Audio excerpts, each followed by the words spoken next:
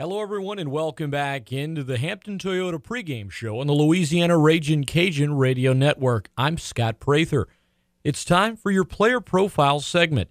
This week and every week, the Player Profile segment is brought to you by FM Bank, where they never let go of the rope. FM Bank, a proud supporter and sponsor of Ragin Cajun broadcasts.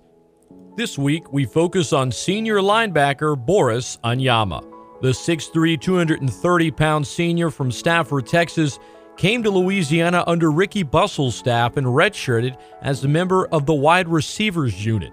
Then he moved to safety, then back to receiver, and eventually settled in at linebacker.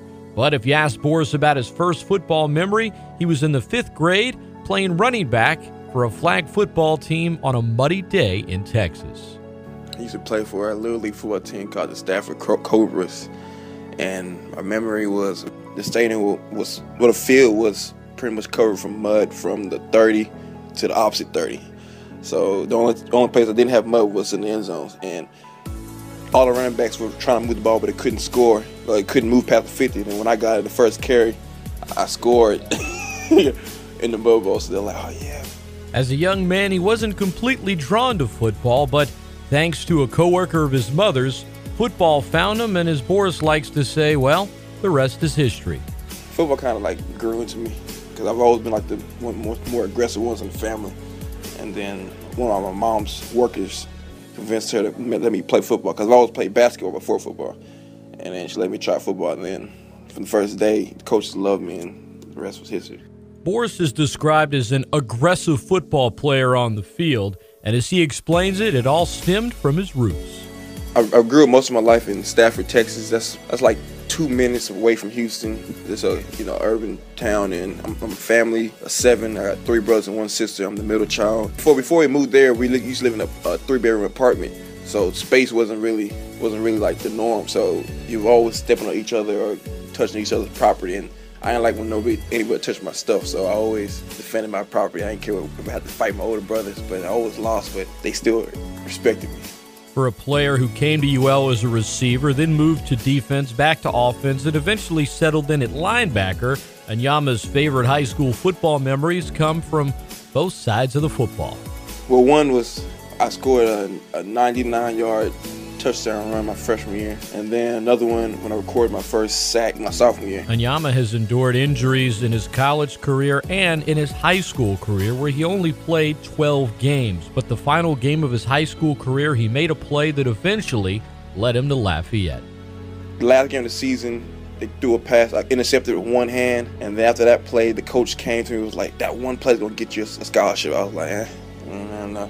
In fact, it did. 3 weeks later, he got a call from recruiters at the University of Louisiana who wanted him to play wide receiver back in 2010. As Anyama arrived at UL, he continued to grind and work hard, but little injuries kept him out of the lineup at times. His sophomore year, he missed several games with a knee injury. Then, his junior year, making his start in the first 2 games of the season, he then missed time with a leg injury. My whole football career has been a journey, battling just neck injuries. I probably can only count with half of one hand how many full seasons I've completed, and you tend to learn how to value the game more because when you're sitting out, you wish you're a part of it and you could relate to people who's not playing how it feels to be wanted to be out there. Anyama's hard work and persistence on the gridiron has paid off this season. He is 6th on the team in tackles. He has 7 tackles for loss, which is 2nd best on the team, and a quarterback sack he accrued last week, his first quarterback sack since his most memorable play from high school. Getting to do it at Cajun Field in a win over Arkansas State made it that much sweeter for Boris. It's really like a humbling experience, and I'm really blessed to have the opportunity to do that because as the injuries I've had, I've really never played too many games at Cajun Field because for some reason I'm always hurt around a home game, so I never played home. A lot of fans and people never really got a chance to see me here playing. So the fact that I got a chance to play at home and do the things I did was really a blessing. I'm really grateful for all that, and I just keep pounding and try to continue what I've been doing for the past couple of weeks. As talented as Anyama is on the football field, he's arguably even more talented in the classroom. A member of the Sunbelt Academic Honor Roll and the Sunbelt Conference Commissioners List, Anyama has big plans following football. Well, I'm a biology major. I've been working hard in school, and I've been studying, and I plan on, going to med school after football is all said and done. Lord willing, I get the opportunity to get accepted somewhere and start this whole 4 years all over again. Dr. Anyama's got a nice ring to it, doesn't it? It really does. My oldest brother is in residency in Miami right now, and I got my second brother. He's in Mexico. So my dad's a doctor. So I know the ring. For a young man that has big plans after football to work in a profession that keeps individuals healthy, and he himself dealing with health issues to remain on the football field during his career, personally, with the rest of the games this season, Boris Anyama has one big goal in mind. Be able to play all 12, 13 games, so I can finally say I played, all of my games, that full season.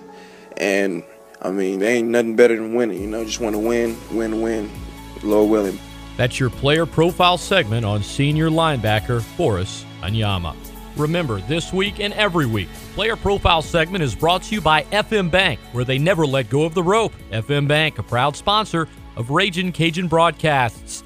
You're listening to the Hampton Toyota pregame show on the Louisiana Ragin Cajun Radio Network. I'm Scott Prather. Up next, we'll send it back out to Cajun Field for homecoming as Gerald Broussard and Steve Peliquin have a scouting report of the South Alabama Jaguars. And it comes your way next here on the Louisiana Ragin Cajun Radio Network.